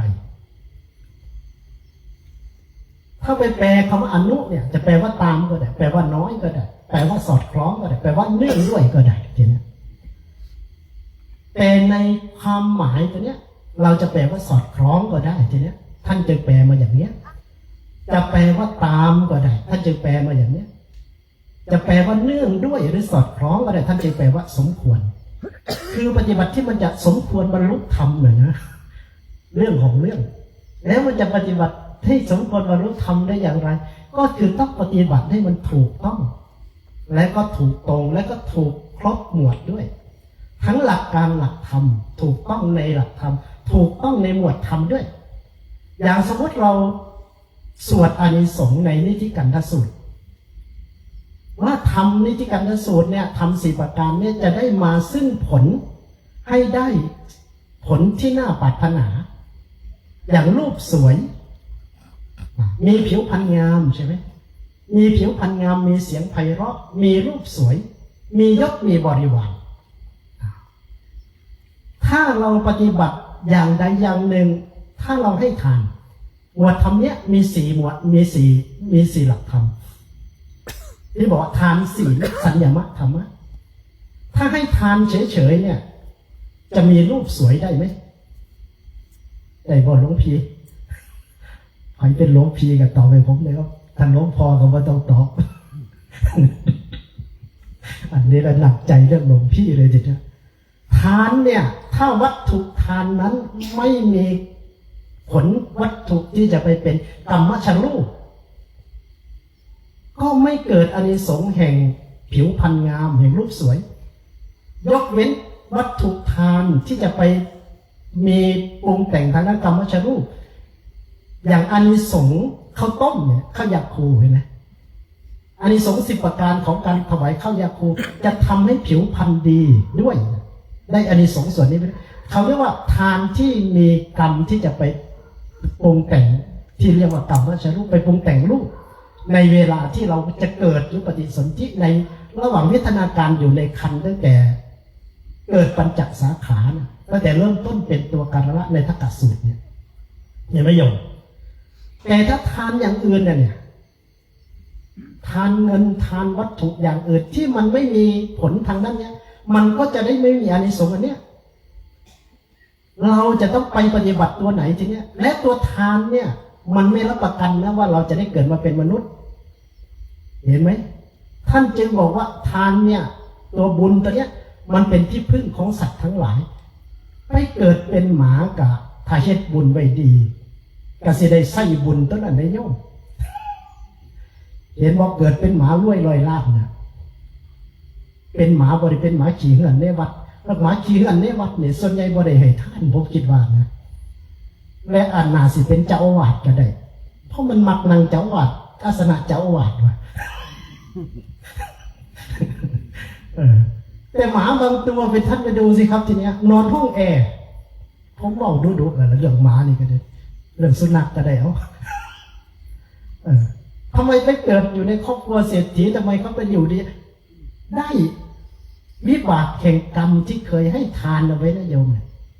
เห็นไหมโคสกะทำไมเสียงดีทำไมได้ไปเกิดบนสวรรค์อันนั้นที่เป็นสุนัขอยู่ในบ้านเศรษฐีเพราะอานิสงส์ได้ไปอุปถากพระปัจเจกพุทธเจ้าเห็นไหมแค่ไปนิมนต์ไปเห่าป้องกันภัยให้กับพระปัจเจกพุทธเจ้าที่เศรษฐีให้ไปนิมนต์แทนมีเสียงกึ่งก้องเสียงของเอิญโคศกเสมอนี่แหละครับเพราะนั้นไผเป็นโคศกให้หูไว้ด้วยครับว่าอดีตชาติเป็นหมานี่นะมาจากชื่อของโคสกะนะครับแต่ว่าสุดท้ายเขาเป็นเศรษฐีนะครับได้เกิดต้องเป็นเศรษฐีอยู่นั่นบุญที่เราทำให้ทานเฉยๆเนี่ยยังไม่รับประกันว่าจะเกิดมาครบ32 ประการถ้าเกิดเราไปทุศีลไว้มากไปฆ่าสัตว์ตัดชีวิตเนี่ยอาจจะเกิดมาทุพพลภาพก็ได้แต่เกิดมาเป็นเว้ยเปี้ยเสียขาอาจจะเกิดในตระกูลเศรษฐีก็ได้ด้วยอานิสงส์แห่งบุญนั้นมันจัดไปให้บุญแห่งการให้ทานเพราะฉะนั้นถ้ามันจะได้รูปสวยรวยทรัพย์ไม่อับปัญญาหรือได้ผิวพรรณงามได้ผิวพรรณงามได้รูปงามสดทรงสมส่วนเป็นอย่างบางคนมันจะบ่ได้คุณสมปรารถนาเนี่ยเกิดมาหนางงามแต่ว่าขาสั่นเหนียวตัวอ้วนเตี้ยอีกต่างหากเห็นวะมันจะต้องมีสามองค์ธรรมนี้เข้าไปด้วยทีเนี้ยให้ทานอย่างเดียวไม่ต้องมีศีลด้วยทีเนี้ยศีลเนี่ยจะทำให้เราเกิดมาครบ32 ประการไม่ทุพพลภาพถ้าเรารักษาศีลดีไม่ทำปาณาติบาตมากถ้าเรามาจึงบางครั้งบางทีก็เกิดความสงสารคือเรามาอดโอยเมื่อต้นปลายเหตุเกิดมาเป็นโรคมากถึงเนี้ยเป็นโรคที่จะต้องได้ผ่าตัดเป็นโรคร้ายเลยถ้าไม่อยากมาทุกข์ใจต่ำบั้นไปเนี่ยเราก็เห็นว่ามันมีผลแล้วเนี่ยผลมันมาจากปาณาติบาตพวกเกิดมาทุพพลภาพมีโรคมากมันมาจากผลแห่งปาณาติบาตตั้งใจเลยยอมทีเนี้ยเมื่อเรารู้ว่าผลมันมาจากตัวนี้ชาติหน้าหรือชาติต่อไปเนี่ยจะเอาให้เหมือนท่านกุมพีระเลยท่านกุมพีระเนี่ยอายุ160 หรือ180ครับเริ่มสับสนเลยยอมเดิมเพราะแม่นบอกหวยได้บอกพิษนี่กระเด็ดอย่าไปเหมือนโยมที่วังวิโมกข์หลวงพ่อพระครูท่านพูดจำนวนพระอันนี้จริงพระก็จะ52นั่นแหละแต่ว่าหลวงพ่อขุนท่านมาจากเกิดในท่านไม่เข้าท่านเห็นว่าอาจารย์กำน้อยท่านก็เลยมาช่วยอาจารย์กำพระก็เลยได้แค่51แต่หลวงพ่อท่านก็พูดแต่52อยู่นั่นแหละหวยออกหรอครับมันเนี่ย252ว่าเซ็ตผมนะครับแต่ว่าเซ็ตพระลูกวัดผม แล้วก็ยังไปครั้งที่22เลยนะงานปฏิวัติถึงทั้งลางทั้งบนเลยว่ะนี่ว่าพิษนี่เรื่องดีๆนะครับบ่มั่นใจอย่างนี้ได้จำได้บ่เป็นบอกหวยคือบอกเดี๋ยวจะไปซื้อหวยได้บ่เป็นบอกคู่เดี๋ยวบอกขังก็บอกคู่อันนั้นทางด้านของท่านกรมเวลาตั้งแต่เกิดจนอายุ160เนี่ยไม่เคยเจ็บไม่เคยไอไม่เคยป่วยเห็นไหม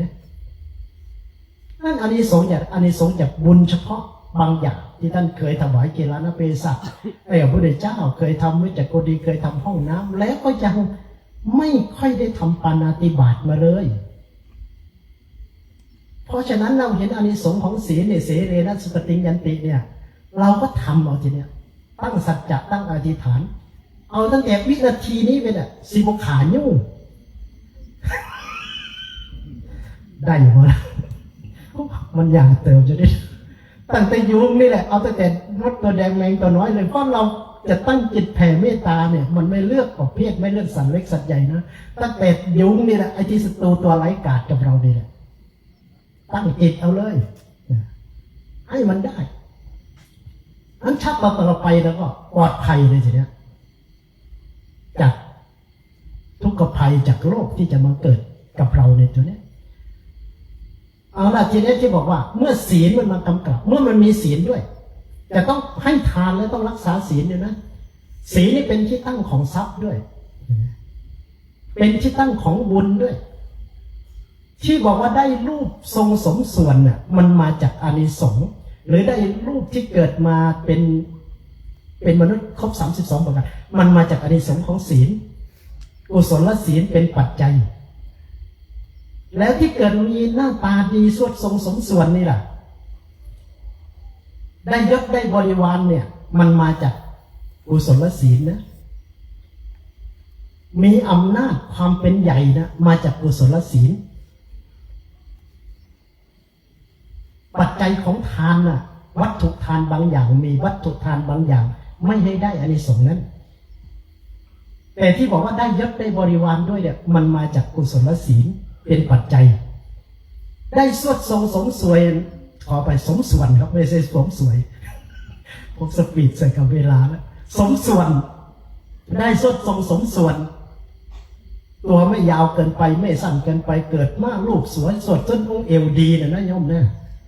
อยากสิเกิดเป็นจังสั่นบ่เราโมเจ้าถ้าได้เป็นไม่ยิ่งทบูไส้ก็ให้รอเนาะหุ่นดีก็อยากได้เยอะแต่ผมก็ไม่อยากได้โตจังสี่เลยครับ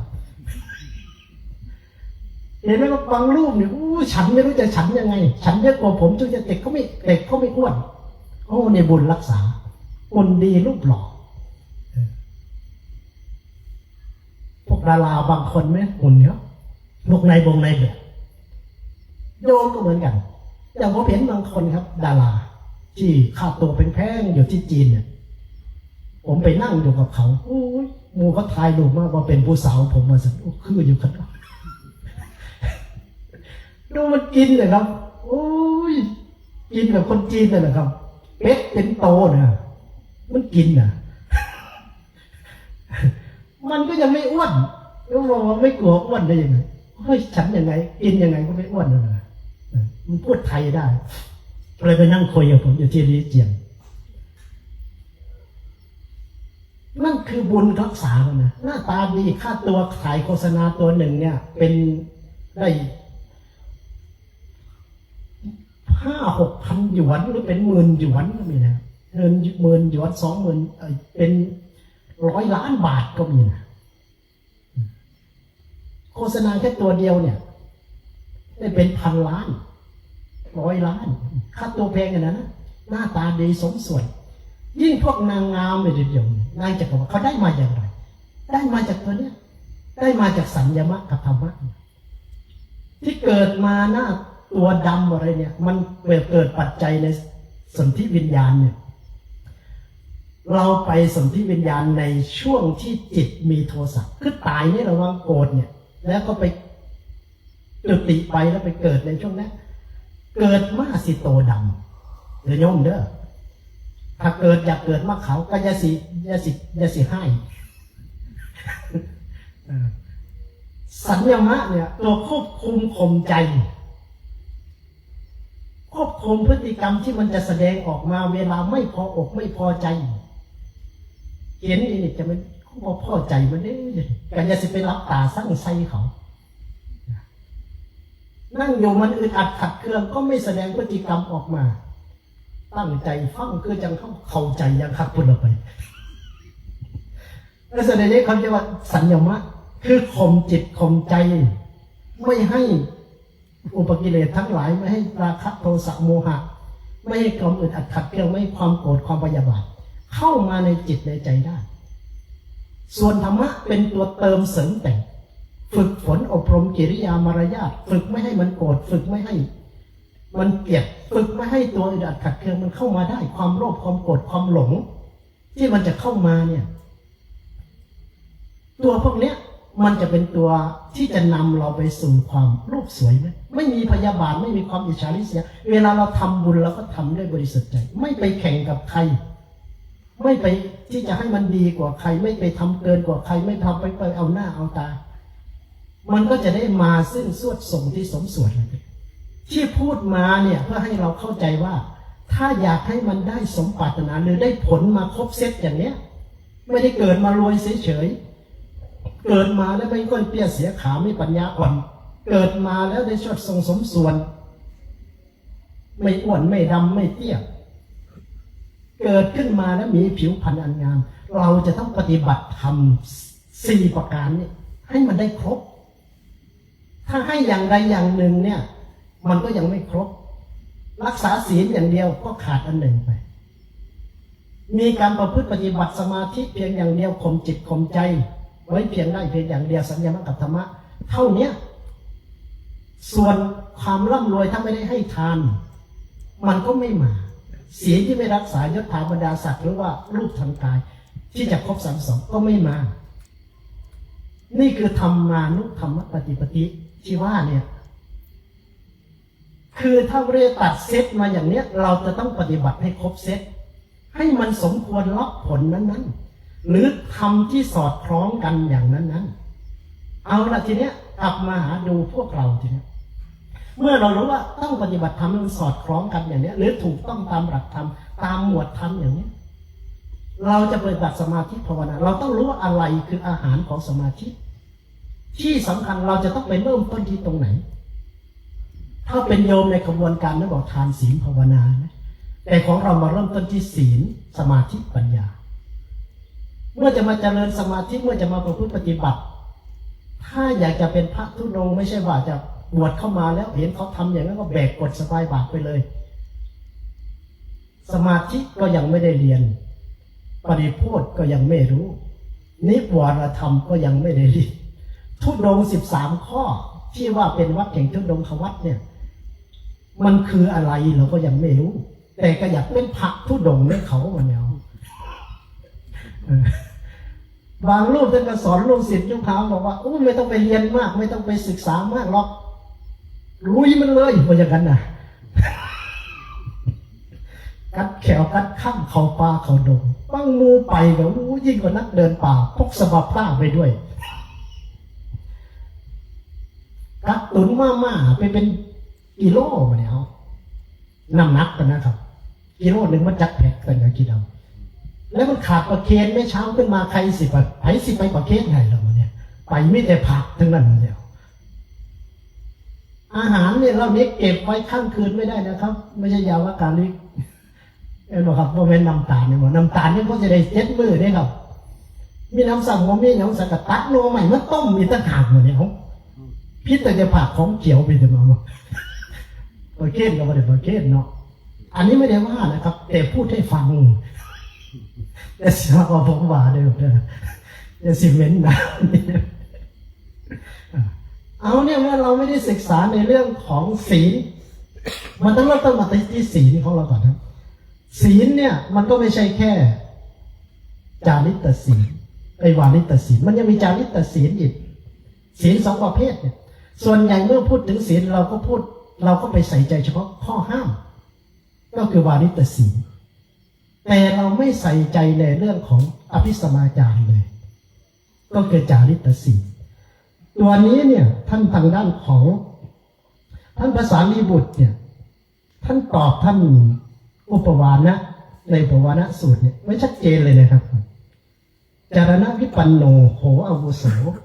ยถาภูตังนชานาตินปัสสติจารณะคืออะไรครับก็คือตัวตั้งแต่เสขียวัตร75ของเราเนี่ยและ72และ75ครับไปว่ามันก็สับสนผมเมื่อยครับเมื่อยนั่งรถมากก็เมากาแฟเมากาแฟกระป๋องผมไปเห็นมันเหลือในตู้เย็นอย่างโมได้เปียกผมก็ซักมาซักโอ้มันเมาอยู่นะครับแต่ว่าก็บอกมันว่าไก่ขนาดสิบวัตลิตรมันก็บอกวัตลิตรซะแล้วยิ่งกว่าพญานาคเลยกับจิ้งแดงเปิดฟ้าอยู่เนี่ยตัวเสกิยวัตร75มหาวัตร14แล้วก็คันธกะของเราที่มาเชื่อมโยงกับปริวาสนี้ด้วย82ตัวนี้พระพุทธเจ้าเรียกว่าอธิพรหมจรรย์เลยนะคำว่าอธิพรหมจรรย์ก็คือพรหมจรรย์อย่างยิ่งพระพุทธเจ้าว่าไล่มาว่าเราต้องปฏิบัติอย่างตัวนี้ก่อน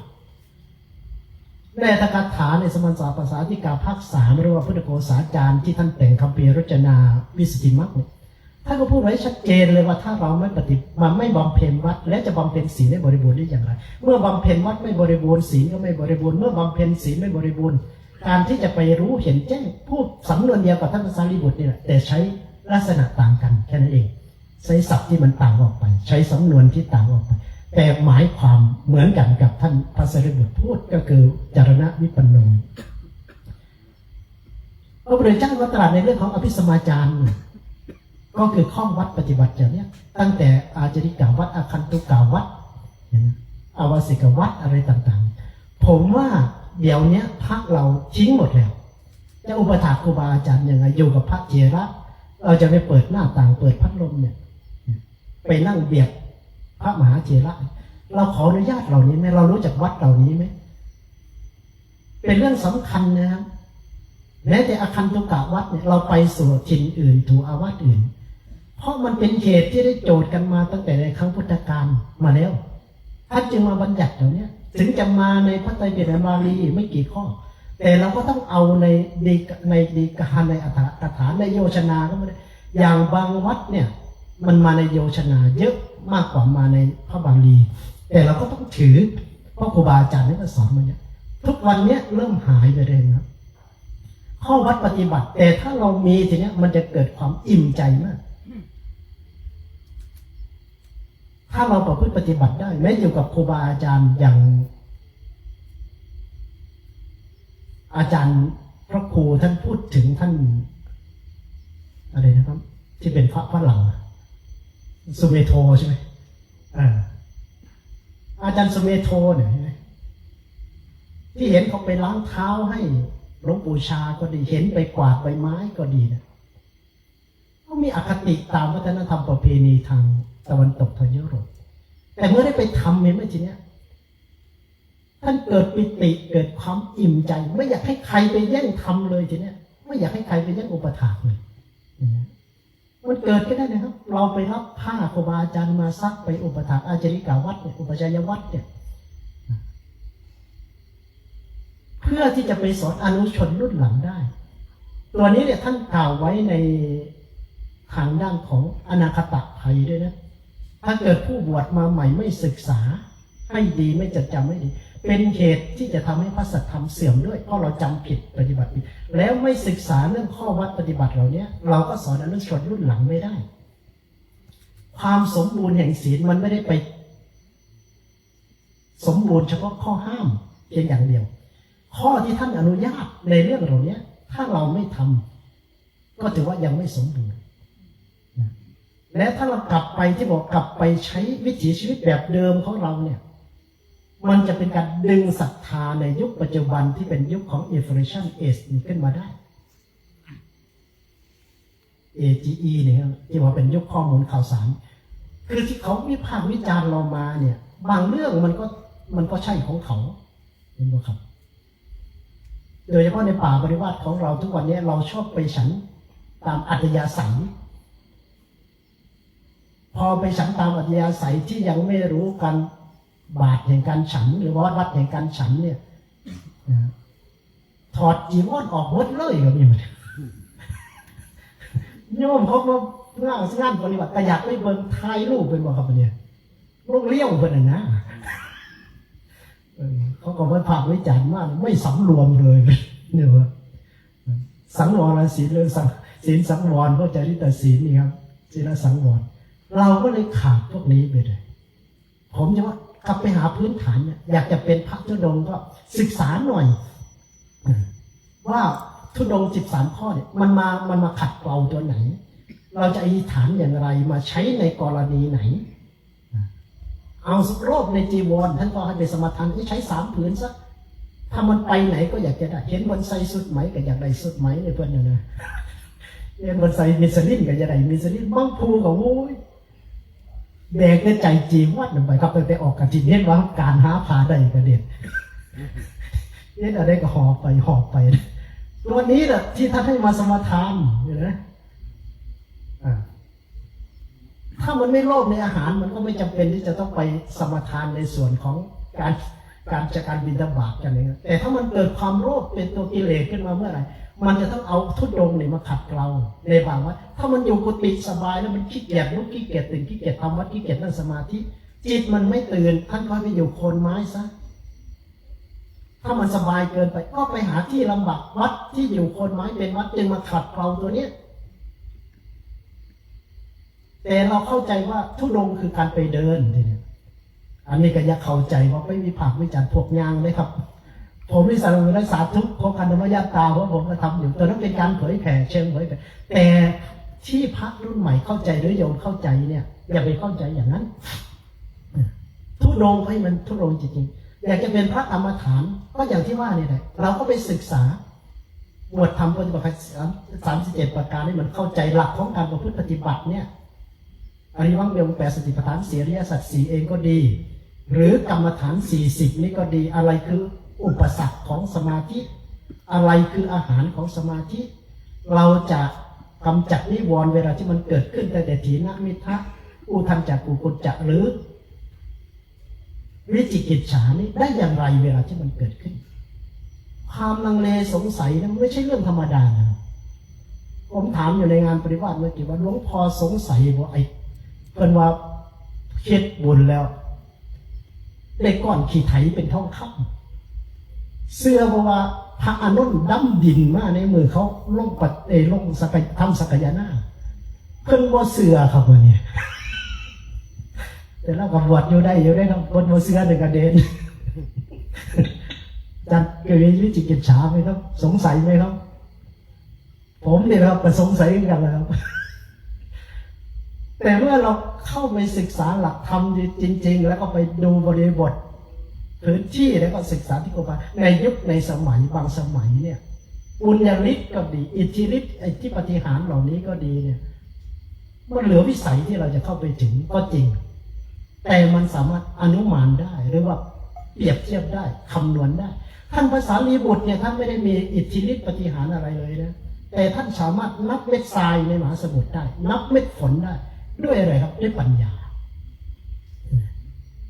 เราเนาะครูบาอาจารย์บางรูปทำไมท่านตีหลักธรรมมันไปไกลจนลึกซึ้งมากกว่าที่เราเข้าใจแค่ผิวเผินอย่าว่าแต่หลักธรรมเลยไม่แต่ฟังเพลงเนี่ยเราก็ฟังแท้เนื้อหาแต่ที่ท่านมีปัญญาท่านจะฟังรายละเอียดและก็ความหมายเจตจำนงของคนที่เขาเขียนเนี่ยว่าเขาบรรยายถึงเรื่องอะไรได้นี่คือข้อแตกกันในระดับของสติปัญญาของบุญของบารมีที่ทำเอาละครับวันนี้ก็มาให้กำลังจิตกำลังใจว่า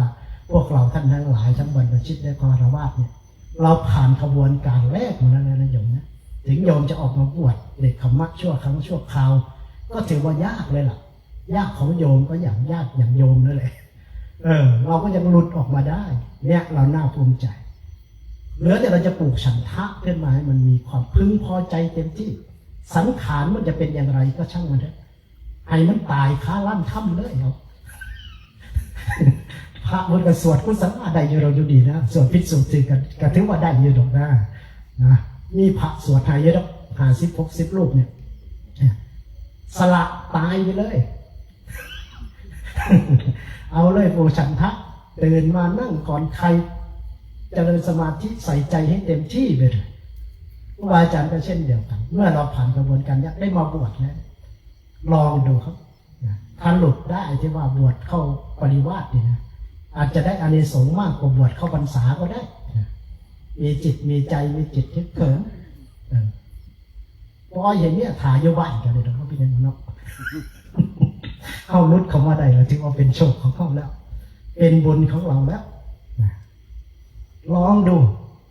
ว่าคำสอนพระพุทธเจ้าจะเป็นจริงอย่างที่ว่าไหม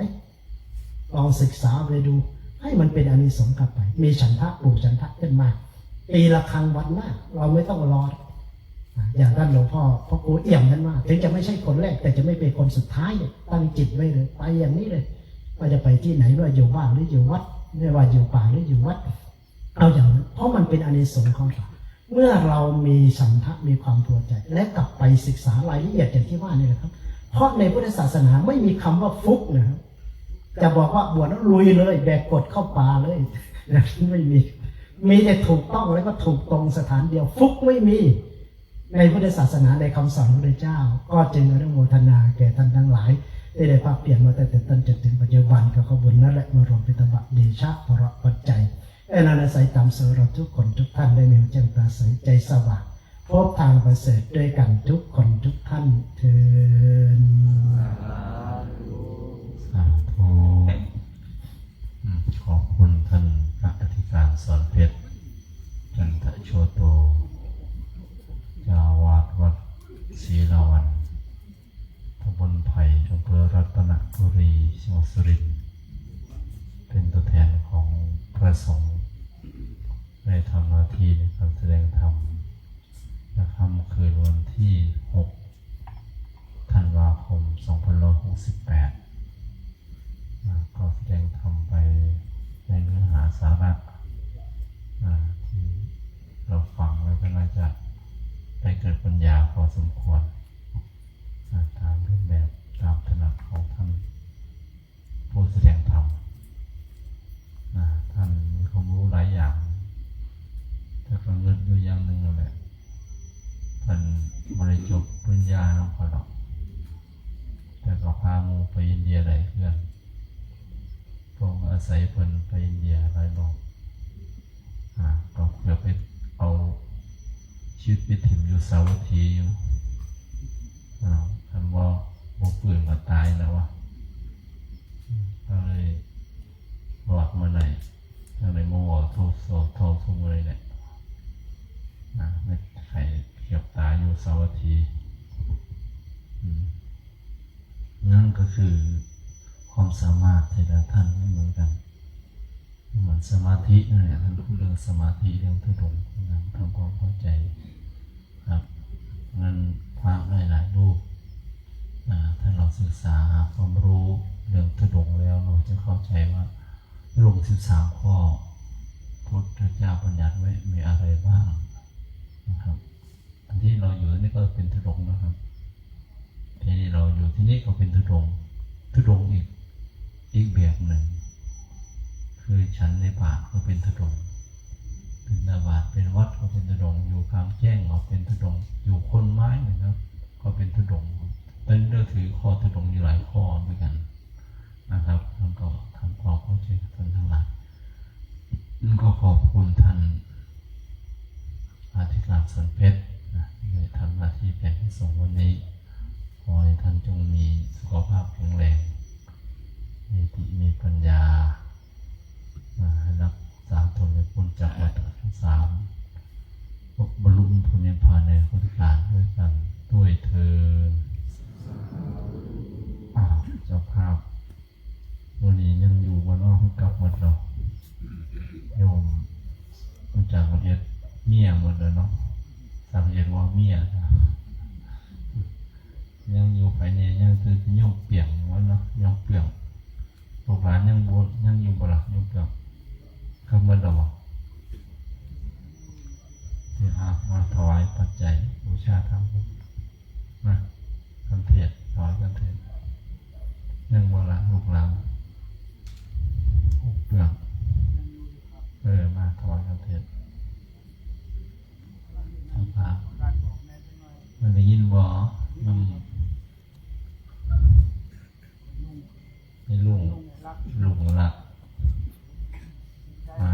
ใช่ถวายมันเทียดมาก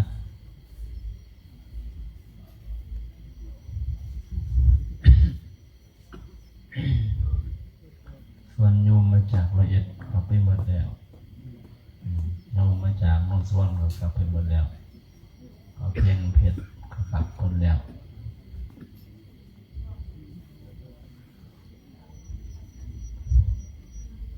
มีหน่วยมูลเสียงฮอนดังไกลอยู่เรา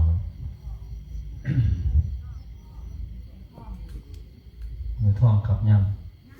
อ๋อมามีท่องวันนี้กลับไปแล้วมามีท่องมาจากนนทสุวรรณยังอยู่อบอุ่นอยู่มั้ยบ่เป็นไข่บ่ไปหาหมอบ่หรือจะกินยาย่อมรุ่งย่อมรับเฮ็ดอาหารอยู่บ่มาถวายกันเทศมากไม่คิดมากพอได้กลับไปแล้วเพราะว่ามาบุญน้ำอยู่ตัวนี้มาไม่จิตไม่ท้องบอกเนาะไปเป็น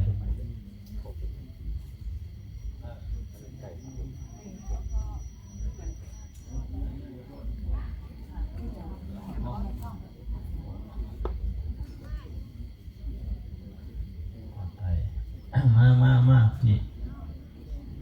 มาถวายกันเทศเอาบุญเนาะถวายกับมือในบุญหลาย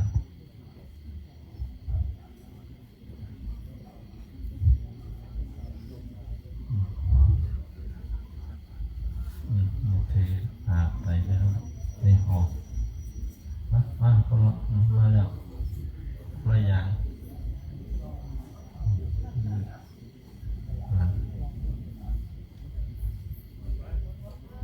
มามาครบเลยนี่มานี่ของน้ำผัดไตน้ำนี่ผัดไตมาอ๋อเจ้าพวกแข็งแรงผัดไตนี่อ๋อได้กระตาน้ำกระตาน้ำกระตาน้ำคนละอันไปเชียนเป็นอาหารทางอาปานะเรืออยู่เราจะกลับหมดยังเสร็จจะกลับหมดยังอยู่โยมเป็นเปลือกกับพวกเรามีท้องขบสบายต้องหายาไปให้ต้องกินเด้อ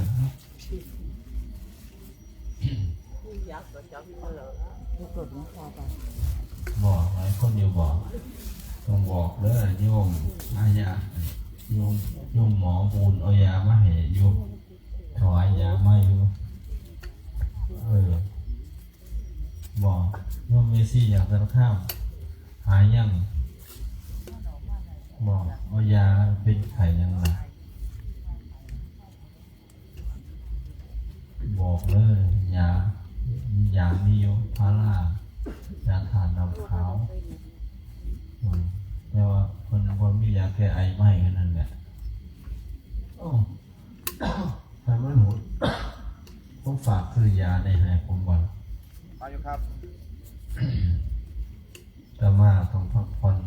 บอกพ่อกับไอใจโยมนอนพักผ่อนการอยู่อากาศอุ่นแผ่อากาศหนาวเมย์ว่าตากหมอกขึ้นยังส่งโรงพยาบาลบุญน้ำแล้วนอนโรงพยาบาลบุญน้ำแล้วมอง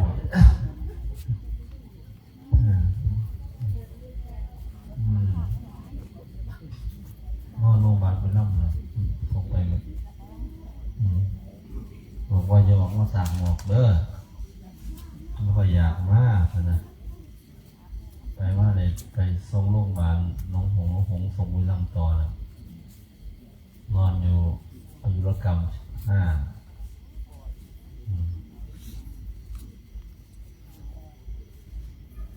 ขันบุญมีก็หลอดมาหลอดแบบไปสวรรค์นั่นแหละ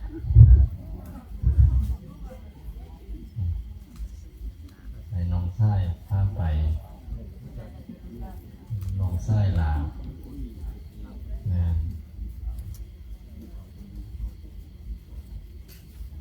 ยังเมียเป็นมิตรผู้อยากไปมีแต่ธุระหลายคนน้องลาสิไปหอบแฮมอยู่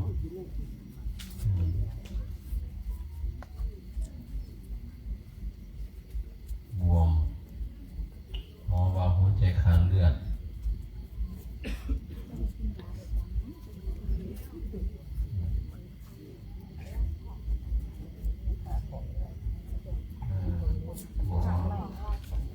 ส่งไปลำพอกระตายอยู่นี่แล้วที่หาอะไรท่านว่าปี58บ่พอตายมันครบ10 ปีพอดีมันครบ10 ปีพอดี58นี่ก็8เนาะครบ10 ปีพอดีพอตายสบายเลย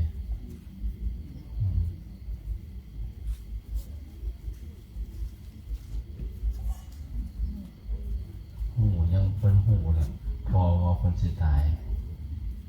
ขอว่าทำบุญเมื่อปริวารปีสุดท้ายปีสุดท้ายก่อนสิตายทำบุญก่อนเนาะ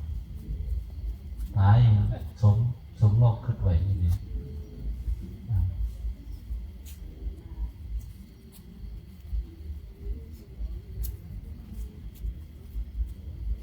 มากเลยครับสิตายมือใดกัน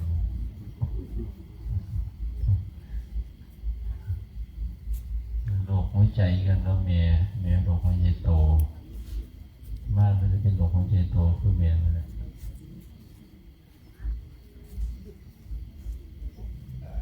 เพื่อนเลยหมอเพื่อนของเรา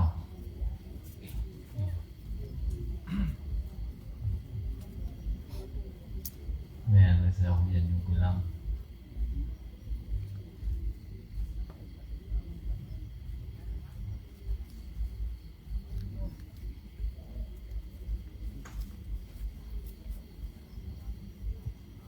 นึกว่าท่านจับตายดอกมาขออีกก่อน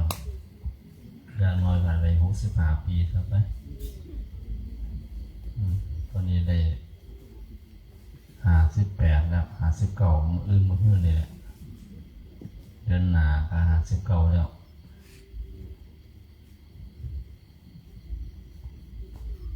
14 มกราก็59 ปี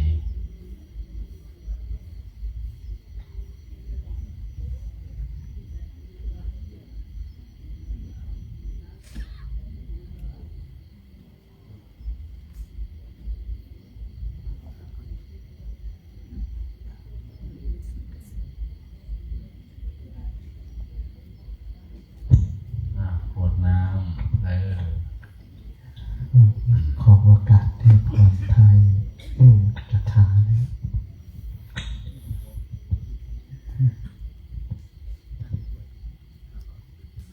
อิจิตังปฏิตังตุมหังกิปะเมปัสสมิชตุสัพเพวเรนตุสังกปาจันโทปารโสยถามณิโชติระโสยถาสัพพิติโยยัจฉันตุสัพพโรโควินัสตุมาเตภวรตรายโยสุขีติกายุโกภวะอภิวาทนาสิริสนิจังวุฒาปจายโนจัตตารโอธรรมาวัฏันติอายุวันโนสุ